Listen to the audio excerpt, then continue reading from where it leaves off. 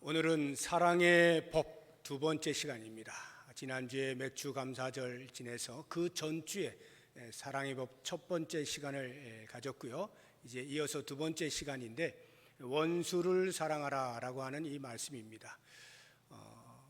마태복음 5장 21절부터 예수님께서 이스라엘 백성들 안에 있었던 율법을 재해석해 주는 작업을 계속 해오셨습니다. 오늘 이 말씀이 이제 마지막 부분입니다. 그런데 앞서서 해주신 그 재해석과 오늘 말씀은 조금 다릅니다. 지금까지 우리가 본 말씀들은 율법에 있는 말씀들, 그러나 그것을 율법 교사들이 축소하여 가르치거나 또는 가리어 놓은 것들을 드러내어서 선명하게 그 율법 속에 담겨 있는 의미와 정신을 가르쳐 주신 겁니다. 그런데 오늘 말씀은 율법에 없는 것을 율법 교사들이 가르친 거예요. 그래서 그것을 교정하여 주는 것이고, 한 걸음 더 나아가서 하나님 나라의 백성은 여기까지 살아야 한다라고 가르쳐 주시는 말씀입니다.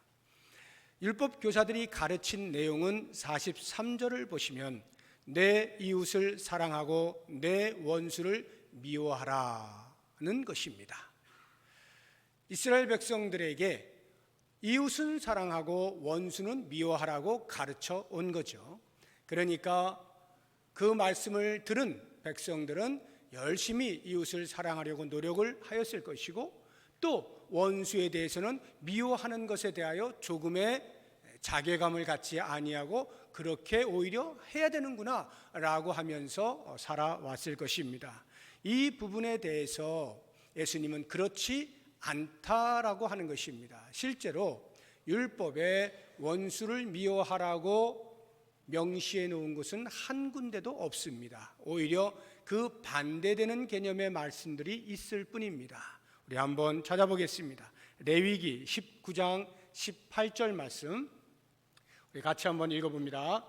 원수를 갚지 말며 동포를 원망하지 말며 내 이웃 사랑하기를 내 자신과 같이 사랑하라. 나는 여호와이니라.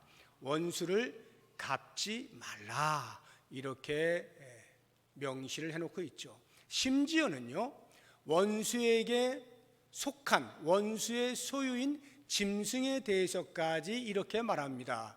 우리가 이제 신명기를 보시게 되면 이웃의 짐승에 대해서 만약에 소나 나귀 등이 길을 잃어버렸으면 그 주인에게 찾아 돌려주어라. 혹시 길을 가다가 구덩이 같은 데 빠졌으면 건져주어라, 이렇게 말하거든요. 그 부분에 대해서는 우리 모두가 다 수긍을 하게 될 것입니다. 그렇지, 그렇게 착하게 살아야지 라고 하는 마음이 있는데요, 원수의 소유된 짐승들은 어떻게 될까요? 동일한 상황이 발생했을 때 그 부분에 대해서 성경은 정확하게 명확하게 말해주고 있습니다. 출애굽기 23장 4절과 5절 말씀 같이 읽어봅니다. 내가 만일 내 원수의 길 잃은 소나 나귀를 보거든 반드시 그 사람에게로 돌릴지며, 25절 내가 만일 너를 미워하는 자의 나귀가 짐을 싣고 엎드러짐을 보거든 그것을 버려두지 말고 그것을 도와 그 짐을 부릴지니라. 율법에 원수에 속한 짐승이 곤경에 처할 때 도와주라 라고 분명하게 말씀을 하고 있는 것입니다. 만약 이런 말씀이 없다라고 한다면 우리는 어떻게 행동을 할까요? 악한 마음을 가지고 있는 인간의 심성은 내가 싫어하는 사람, 내가 미워하는 사람, 그 사람에게 속한 짐승이 길을 잃었어요. 아이, 잘 됐다, 집 못 찾아가라, 이러지 않겠습니까? 구덩이에 빠졌어요. 아유, 아무도 안 건져줬으면 좋겠어, 저 원수의 것인데 하고 원수에 대한 미움이 그 짐승에까지 그대로 전가가 될 것입니다. 근데 율법은 말하는 거예요. 그런 우리의 심성을 아시는 하나님께서 율법에 명시하기를 그렇게 하지 말아라. 그 짐승을 그 사람에게로 돌려주어라 라고 이야기하는 거예요. 그렇다고 하면 이것은 원수를 미워하는 것하고는 전혀 상관이 없죠. 그 반대되는 개념 아니겠습니까? 그렇다고 하면 당시의 율법 교사들이 이스라엘 백성들을 가르칠 때 이러한 율법의 말씀들을 모르지 아니하였을 터인데 어떻게 해서 원수를 미워하라고 가르치게 되었을까 생각을 해볼 필요가 있습니다. 설마 그들이 율법을 무시하고 자기 마음대로 원수는 사랑할 필요가 없는 거야, 그러니까 우리 미워하자라고 해서 사람들을 선동하여 그렇게 말한 것은 아닐 것입니다. 적어도 율법을 철저하게 지키려고 애를 썼던 율법 교사들이라고 한다면 틀리게 가르칠 리는 만무합니다. 그러면 왜 이들이 이와 같은 가르침을 주었을까? 그 역사적 배경을 우리가 잠시 이해를 할 필요가 있습니다. 하나님의 말씀, 이스라엘 백성들에게 전달되어진 하나님의 말씀이나 사건, 역사들은 전부 그 당시에 구전, 입으로 전달되어져 후손들에게 내려왔습니다. 그러면 여호수아가 가나안 땅을 정복하는 그 사건에 대해서 선조들이 이야기를 해서 쭉 들어왔다라고 가정을 할 때 이 율법 교사들이 그 말을 듣고 이해하는 것은 이런 것입니다.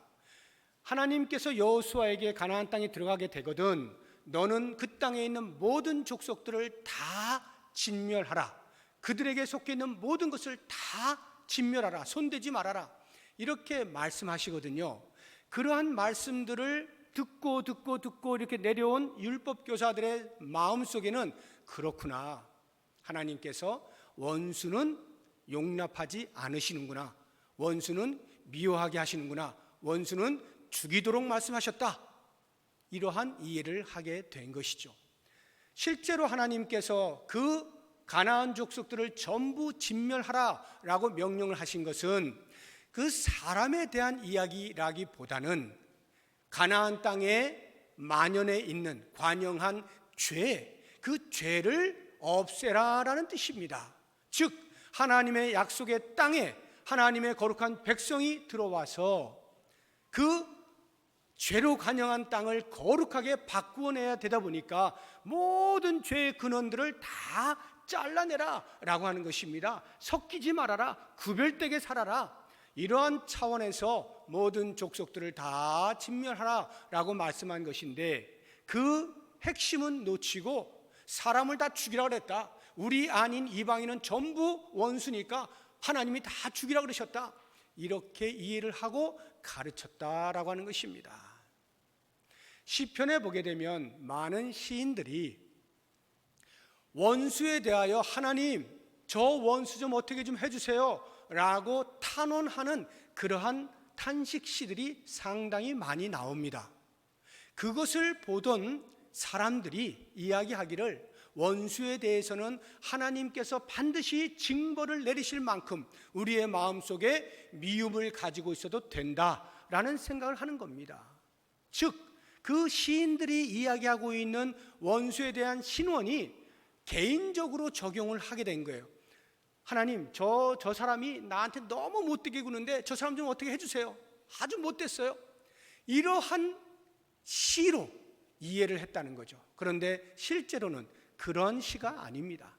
거기에 나오는 시의 대부분은 다 공적이거나 아니면 국가적인 차원에서의 사법적 요소를 지닌 원수들이에요. 다시 말하면 하나님의 이름을 망령되이 일컫거나 하나님의 백성들을 업수히 여기거나 하는 이러한 차원의 사람들에 대하여 하나님의 백성들이 하나님 당신의 이름이 땅에 떨어지고 있습니다. 저들을 어떻게 좀 해주십시오 라고 하는 하나님의 공의에 호소하고 있는 내용들이다라고 하는 거예요. 개인적인 감정에 있어서의 나와 사이가 틀어진 사람에 대해서 하나님 벌 주세요 이렇게 기도하는 것은 극히 드물어요. 그런데 율법 교사들이 그렇게 이해를 하다 보니 자연스럽게 가르치는 것이 이웃을 사랑하고 원수는 봐라 이러이러하니 미워해도 된다라고 가르치게 되었다라고 하는 것입니다. 그러니까 이제 이들이 백성들에게 가르쳤던 원수를 미워하라라고 할 때 그 미움의 대상인 원수들이라고 하는 것은 지극히 개인적이라고 하는 것을 알 수 있습니다. 나와의 관계 속에서 나와 사이가 좋지 않은 사람, 불쾌한 사람, 보기 싫은 사람, 나를 우습게 여기거나 또는 나에 대하여 비방의 말을 하는 사람, 나에게 해를 가하는 사람, 이런 사람들이 이제 원수가 되는 것이죠. 그런데 그런 원수들을 미워하라고 가르친 겁니다. 예수님이 그것을 교정하시는 거예요. 아니다. 원수는 사랑하는 것이다. 원수를 사랑해라. 44절에 말씀하시죠. 나는 너희에게 이르노니 너희 원수를 사랑하며. 원수를 사랑하라는 말씀을 듣게 되어질 때에 우리의 마음에서부터는 조금 답답함이 생겨납니다. 원수가 없는 분들은 아무렇지도 않을 거예요. 나는 누구하고 전혀 관계에 있어서 어려운 사람이 없어 라고 하는 사람은 원수를 사랑하라 라는 말을 들었을 때 그다지 힘들지가 않아요. 그런데 마음에 원수처럼 여기는 누군가를 품고 있는 사람이 있다면 그 사람이 이 말씀을 들을 때는 쉽지 않을 겁니다. 가슴이 답답해지고 차라리 듣지를 말걸 하고 귀를 막고 싶어요. 왜냐하면 지금 내 감정에 있어서 그 원수를 사랑하라는 말씀에 순종할 힘이 없는 거예요. 그럴 마음이 없는 거예요. 그러고 싶지 않아요. 저는 그냥 원수로 놔두고 싶어요. 왜? 나를 불쾌하게 하고 나를 힘들게 하고 나에 대해서 좋지 않은 소리 하고 그런 사람 내가 뭐하러 사랑합니까? 그냥 놔둬야지. 그런 마음이 있다 보니 이런 말씀을 들을 때에는 버겁죠. 괜히 들었어. 오늘 예배 시간에 오지 말걸. 이런 생각이 들게 되는 것입니다. 들으면 괜히 답답하잖아요. 자괴감만 생기고 그렇게 살지 못하는 자신에 대해서 때로는 밉기도 하고 그렇게 말씀하시는 하나님이 원망스럽기도 하고 그런 마음이 들게 마련인 것입니다. 자, 그렇다고 하면 원수를 사랑한다라고 하는 것은 과연 예수님만이 하실 수 있는 우리 인간으로서는 불가능한 일인가라고 하는 부분이에요. 과연 불가능한 것인가? 예수님께서 인간으로서는 할 수 없는 일을 하게 하시는 것인가? 생각해 보십시오. 그렇지 않겠죠. 지금 누구에게 이 말씀을 하고 있습니까? 하나님 나라의 백성된 자들에게, 예수 공동체 안에 들어온 자들에게, 지금까지 살아왔던 것과는 달리 이제 하나님 나라의 백성된 너희들은 적어도 이 정도의 수준으로 살아야 된다라고 말씀하시는 것이 원수를 사랑하라 라고 하는 것입니다. 할 수 있다는 것이죠. 하나님 나라의 백성이라면 그렇게 할 수 있다라고 하는 거예요. 그러면 실제 우리의 삶에서는 그게 잘 안 되는데 예수님은 하실 수 있다라고 가르치고 계시니 이걸 어떻게 해야 됩니까? 예수님이 그걸 모르시지 않겠죠. 듣는 자들이 매우 답답해 했을 것이라는 것을 짐작하셨을 거예요. 그래서 예수님이 이 말씀 가운데에서 두 가지 해법을 주십니다. 자, 힘들지? 그러나 이렇게 한번 해봐. 그러면 너희들이 분명히 원수를 사랑하는 자리에까지 이룰 수 있을 거야 하고 가르쳐주신 두 가지 비법이 있는데 그 첫 번째가 기도하라는 것입니다. 기도하라. 44절 다시 보십시오. 나는 너희에게 이르노니 너희 원수를 사랑하며 그 뒤에 너희를 박해하는 자를 위하여 기도하라. 여기 앞에 원수를 사랑해라 라고 하는 이 말과 너희를 박해하는 자를 위하여 기도하라는 이 말은 같은 말이에요. 표현만 달리한 거예요. 그러니까 너희를 박해하는 자가 곧 원수죠.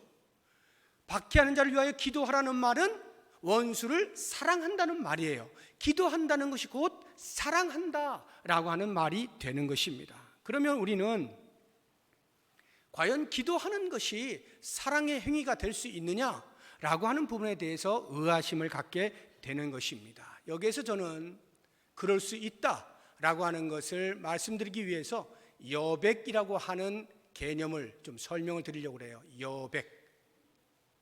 6월 30일에 우리 교회가 오후 예배 때 사랑누리 찬양제를 했습니다. 다 끝나고 심사평을 우리 윤석원 집사님이 하셨어요. 그때에 여백에 대한 이야기를 하셨어요.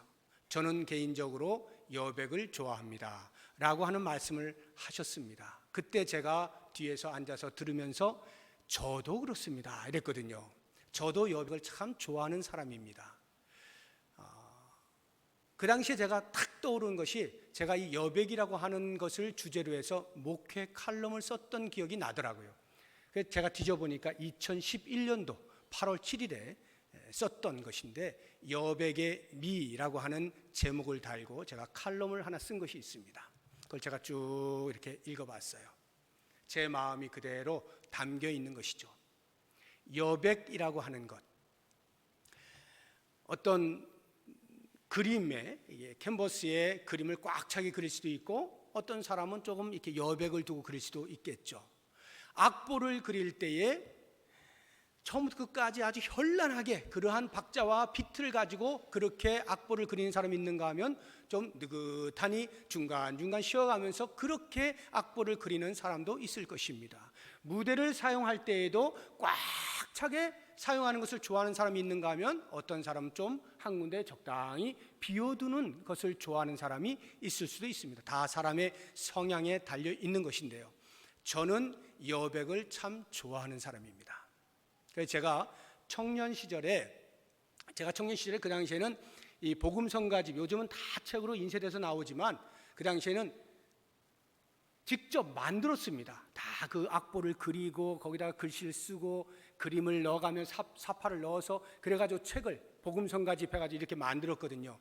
그때 제가 그걸 만들면서 한 두어 사람이 같이 만들었는데, 어떤 사람은 그림을 뭐 빈 곳 없이 꽉꽉 해서 이렇게 아름답다고 생각하고 그렇게 만드는 사람이 있는가? 저는 그냥 한 페이지에 적당히 조그맣게 하나 정도 이렇게 해놓고 빈 데를 많이 두고 뭐 이런 식으로 이렇게 했던 기억이 납니다. 왜 제가 여백을 좋아하느냐 하면, 여백이라고 하는 것은 생각할 수 있는 공간이란 뜻입니다. 생각할 수 있는 여지가 있는 곳이 여백이에요.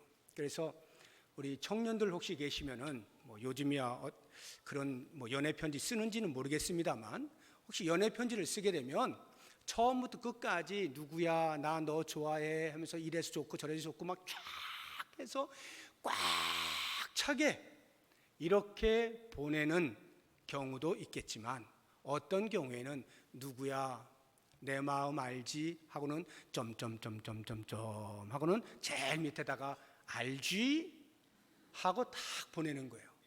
그러면 그 중간에 아무것도 없어요. 이게 뭐야 바보같이 이러는 사람 없습니다. 그 속에 뭔 말을 하려고 했는지 머리를 짜내는 거예요. 야, 이게 무슨 말이지? 무슨 말을 하고 싶었지? 그리고 결국에는 말로 할 수 없는 것이구나 하면서 그 사랑에 대한 진함을 다르게 경험할 수도 있는 거예요. 이게 여백이에요. 제가 왜 이 여백이라는 개념을 설명드리냐면, 혹자가 기도에 대하여 정의하기를 기도는 여백과 같다 이렇게 정의한 사람이 있어요. 기도가 여백과 같다, 무슨 뜻입니까? 기도하는 중에 생각하고 생각한다는 거죠. 원수를 위하여 기도합니다. 기도하면 처음부터 잘 될 리가 만무하겠죠. 내가 그 사람을 위해서 기도할 이유가 뭐가 있어? 감정적으로 생각하면 기분 나빠요. 떠올리기도 싫어요. 입에 담기도 싫어요. 그러니까 이러다가도 기도하라고 하시니까 그래 뭐 기도를 못하겠나 설마 하고는 기도 한 번 하고 두 번 하고 세 번 하다 보면 그 안 좋았던 감정들이 점점 생각을 통하여서 그 감정이 의지로 전환이 되어진다라고 하는 것을 경험하게 되는 것입니다. 다시 말하면, 하나님, 제가 꼭 이 사람을 위하여 기도해야 됩니까? 저 사람이 나에게 하는 것을 하나님이 아시지 않습니까? 그런데 제가 그를 위하여 기도해야 되는 것일까요? 기도하는 중에 묻는 겁니다. 생각하는 공간 속에서, 시간 속에서 묻는 거예요. 하나님이 정말로 저에게 원하시는 건 뭡니까? 정말로 하나님이 기뻐하시는 건 뭐죠? 제가 어떻게 해야 하나님이 기뻐하시는 거예요? 저 사람에 대해서 도대체 내가 어떻게 해야 됩니까? 계속 생각하다 보면 자기도 모르는 사이에 답을 얻게 되는 것입니다. 서서히 답을 얻게 되면서 그 사람에 대하여 가지고 있던 감정의 찌꺼기들이 하나씩 빠져나가게 되는 것을 경험하게 되는 것입니다. 이것이 바로 사랑이다 하는 거예요. 기도가 사랑인 이유가 여기에 있다는 거예요. 물론 그렇다고 해서 그렇게 감정들이 빠져나갔다고 해서 그 다음에 곧바로 그 사람에 대해서 그렇게 좋은 사람을 내가 왜 오해했지? 그렇게 좋은 사람을 내가 왜 멀리했지? 내가 왜 싫어했지? 하고는 금방 덥석 좋아졌어. 이렇게 감정의 변화가 일어나지는 않을 겁니다. 그 감정의 변화는 쉽지가 않아요. 좋아하게 되기는 쉽지가 않아요. 그건 훨씬 더 많은 노력이 필요한데요.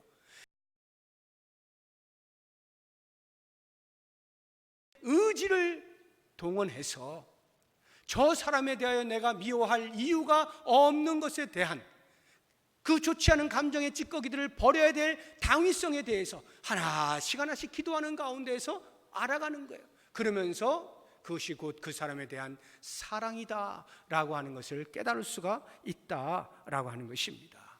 그런데 우리가 이러한 기도를 잘 못해요. 왜냐하면 이런 오해를 하기 때문에 그래요.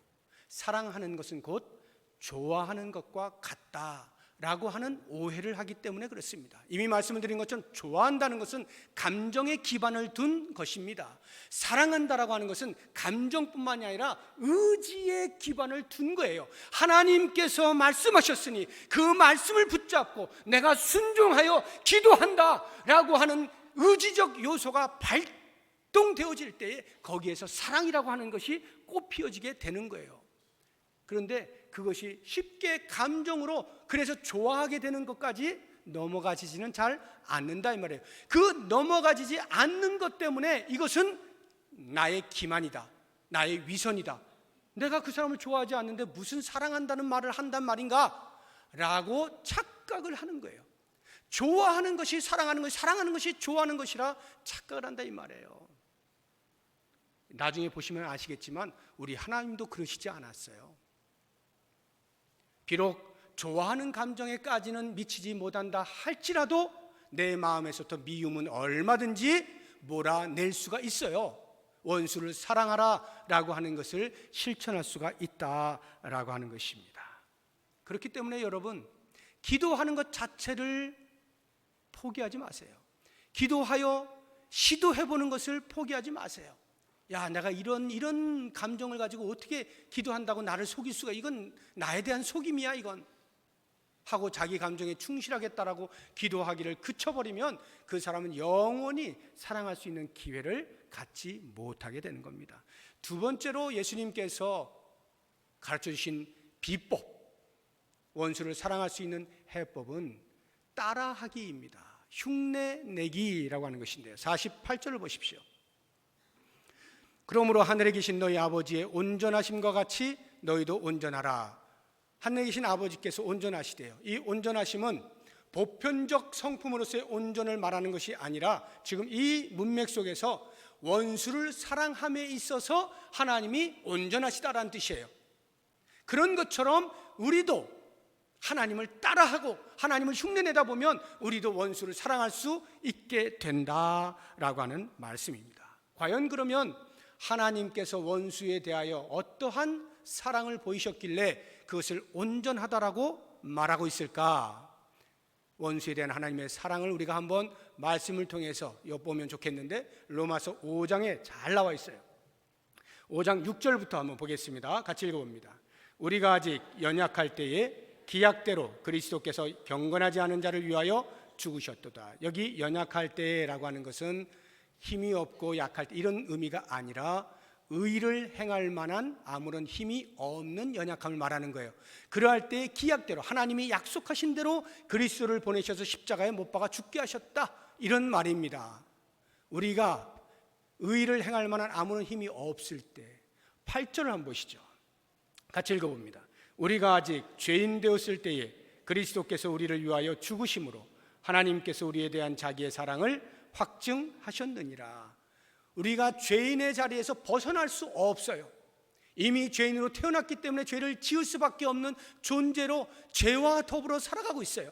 그러한 자리에 있을 때에 그리스도를 십자가에 못 박아 죽게 하심으로 우리에 대한 당신의 사랑을 확증하셨다. 이것이 원수에 대한 하나님의 사랑하심이에요. 더 한 걸음 나아가서 10절을 보겠습니다. 10절 같이 읽어봅니다. 곧 우리가 원수 되었을 때에 그의 아들의 죽으심으로 말미암아 하나님과 화목하게 되었은즉 화목하게 된 자로서는 더욱 그의 살아나심으로 말미암아 구원을 받을 것이니라. 우리가 누구의 원수 되었을 때요? 하나님의 원수 되었을 때. 왜 하나님의 원수가 되었습니까? 하나님의 말씀에 반역하고 뛰쳐나갔으니까. 그러니까 하나님의 편에서 볼 때 우리는 원수인 거예요. 그런데 그 원수 되었던 그 자리에 있는 우리를 하나님께서 무조건적으로 사랑하신 거예요. 예수님을 십자가에 못 박아 죽이신 거예요. 대신 죽게 하시는 거예요.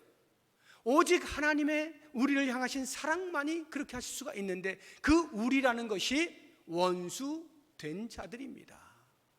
하나님께서 예수님을 십자가에 못 박아 죽이시려고 할 때에 인간들을 가만히 살펴보시고, 아우 저 죄인들, 그런데 저길 보니까 저 사람은 그 죄인들 가운데 그래 조금 나아 보여요.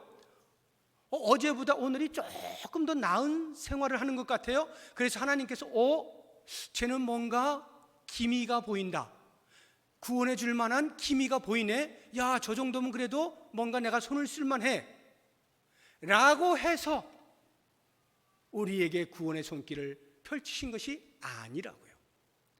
아예 원수의 자리에 있는 자예요. 도무지 하나님과 합할 수 없는 그러한 자리에 있는 우리를 하나님의 그 크신 사랑하심으로 화목하게 하시고 그리스도를 통하여 우리를 구원하셨다라고 하는 것입니다. 그러면 한번 생각을 해보십시오. 제가 앞서 말씀을 드렸잖아요. 좋아한다는 것은 감정적인 것인데 비록 좋아하지는 못할지라도 사랑할 수 있다라고 말씀을 드렸잖아요. 우리 하나님을 한번 보세요. 하나님께서 죄 가운데 있는 우리 인간들을 바라보실 때 좋아하셨을까요? 하나님의 원수된 자리에 앉아있는 우리를 보시고 아이고 예쁜 거, 아이고 예쁜 것들 이렇게 하셨을까요? 아니죠. 속이 시드신 거죠. 아니 쟤네들이 왜 내 마음을 모르고 쟤네들이 왜 자기들의 행복을 스스로 발로 차버리는가. 그러한 사람들을 바라보고 아이고 예뻐 좋아하실 리가 만무하죠.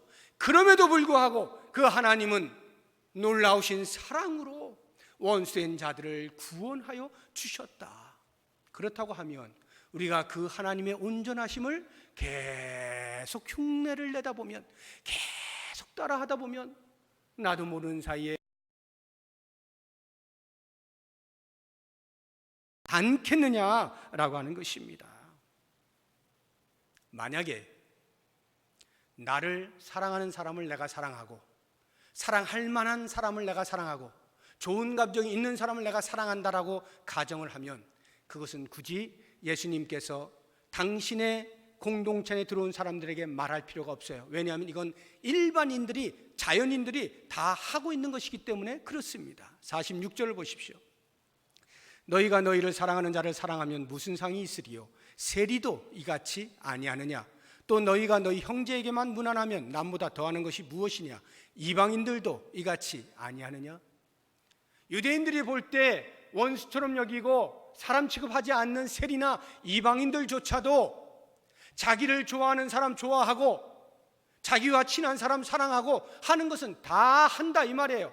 만약에 우리가 그런 정도로 살 것 같으면 굳이 예수님께서 원수를 사랑하라 이런 말씀하실 필요가 없죠. 우리가 어떤 사람입니까? 하나님 나라의 백성으로 부름을 받은 사람입니다. 그리스도의 그 놀라운 사랑을 입은 사람들입니다. 그래서 예수 공동체 안에 들어온 사람들이에요. 그런 사람들에게 요구하시는 수준이 있단 말입니다. 그 수준이 너희가 잘 안 되는 원수에 대해서도 사랑을 하라 이렇게 요청을 하시는 겁니다. 사랑하는 여러분, 우리 가족들이 있죠.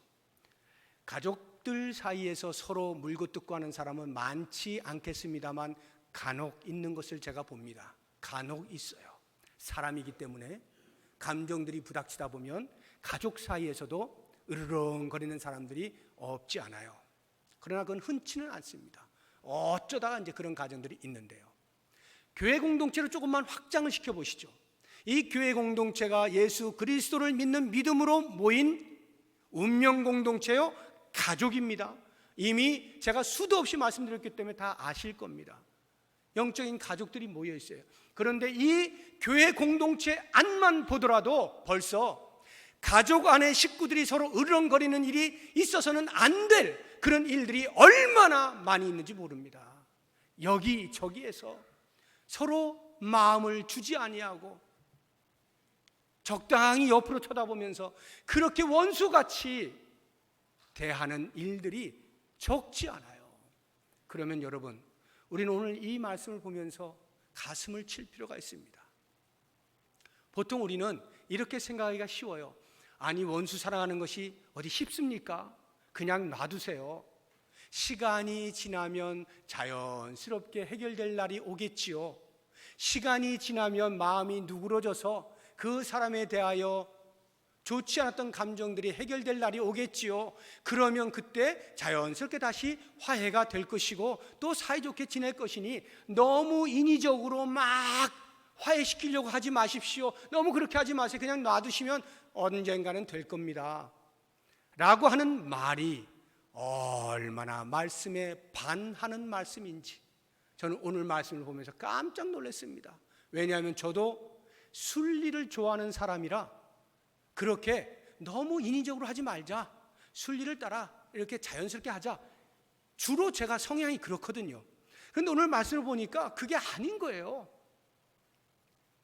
그거는 자연인들이 누구나 다 하는 거예요. 누구나 다 그냥 그렇게 시간 지나서 해결되면 해결되고 정 안 되면 할 수 없고, 이건 누구나가 다 하는 건데 예수님은 그 공동체 안에 들어온 사람들에게 말하는 거죠. 원수를 사랑하라, 사랑하라.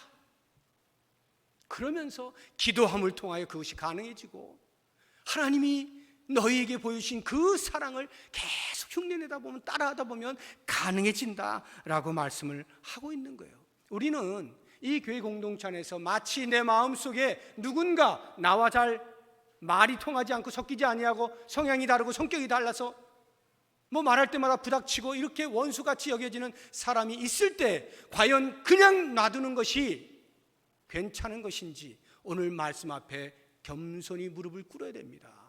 그리고는 오늘부터라도 당장 그 사람을 위하여 기도하는 거예요.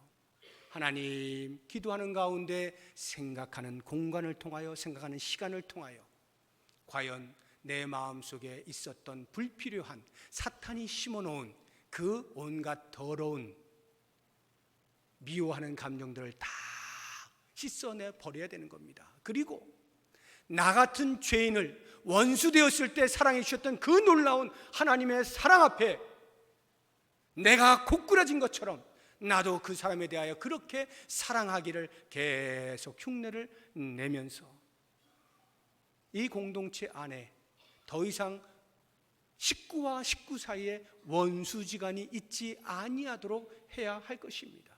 그렇게 되어질 때 비로소 우리는 하나님의 아들 됨을 인정받는 거예요. 45절 보십시오. 이같이 한즉 원수를 사랑한즉 하늘에 계신 너희 아버지의 아들이 되리니. 이 말씀을 잘 이해하셔야 됩니다. 원수를 사랑한즉 너희가 하늘 아버지의 아들이 될 것이다. 이 말은 하나님의 자녀됨의 조건을 말하고 있는 것이 아닙니다. 원수를 너희가 사랑할 수 있게 되면 그제서야 비로소 너희는 하나님의 자녀가 될 수 있을 거야. 그전에는 절대 어림도 없어. 이러한 조건으로 말씀하고 있는 것이 아니고요. 하나님의 자녀 되지 않았느냐? 너희는 하나님의 구원의 은혜를 이미 경험한 자들 아니냐? 그러니 너희는 너희에 대하여 원수같이 여겨지는 그 사람을 사랑하는 것을 통하여 하나님의 자녀됨을 증명하라. 하나님의 자녀됨을, 하나님의 자녀다움을 증명하라 라고 하는 말이에요. 그러니까 여러분, 내 마음속에 여전히 내 가족들 가운데에서, 이 교회 공동체 가운데에서 미워하는 사람을 여기다 새겨놓고 없애지 아니하고 계속 두고 있으면 하나님의 자녀인데 자녀됨을 증명하지 못하는 어리석은 사람과 같은 것입니다. 모쪼록 원하기는.